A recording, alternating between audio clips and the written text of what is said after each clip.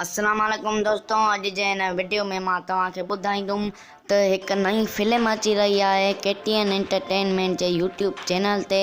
त दोस्तों उन फिल्म जो नालो छा आहे ऐं उहा फिल्म कॾहिं थी अचे, उन फिल्म जी स्टार कास्ट में कहिड़ा कहिड़ा अदाकार शामिल आहिनि। त दोस्तों वीडियो खे लास्ट ताईं ज़रूरु ॾिसिजो। देरी करे बिना अॻिते थो वधां ऐं शुरू थो कयां ही अॼु जो वीडियो। दोस्तों हिन फिल्म जो नालो आहे कुंवारड़ी।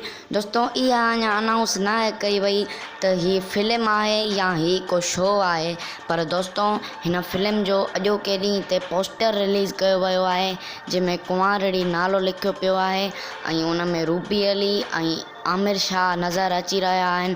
दोस्तों स्क्रीन ते तव्हां ॾिसी सघंदा हूंदव त ही पोस्टर अॼोके ॾींहं ते रिलीज़ कयो वियो आहे। दोस्तों ॻाल्हि कजे हिन फिल्म जी स्टार कास्ट जी, त दोस्तों हिन पोस्टर में त आमिर शाह ऐं रूबी अली नज़र अची रहिया आहिनि ऐं जेको लिखियो वियो अथसि पोस्टर में उहो बि हेठां इहो ई लिखियो वियो अथसि त आमिर शाह ऐं रूबी अली जो नालो पोस्टर में लिखियो वियो आहे। वधीक ॿिए कंहिं अदाकार जो न आहे रखियो वियो, वधीक अॻिते हली ख़बर पवंदी ऐं मां तव्हांखे अपडेटूं ॾींदो रहंदुमि। दोस्तों हिन फिल्म जो डायरेक्टर जेको आहे उहो आमिर शाह पाण आहे ऐं हिन फिल्म खे जेको प्रोड्यूस जेका कंपनी करे रही आहे उहा कशिश टीवी आहे, कशिश टेलीविज़न नेटवर्क आहे। त दोस्तों तमामु बहितरीनु फिल्म थियण वारी आहे ऐं जेको आहे दर्दन जो देश ड्रामो बि तमामु जल्द तव्हांखे ॾिसण में ईंदो। दोस्तों हिन फिल्म जो जेको एडिट आहे उहो अदील हाशिमी आहे।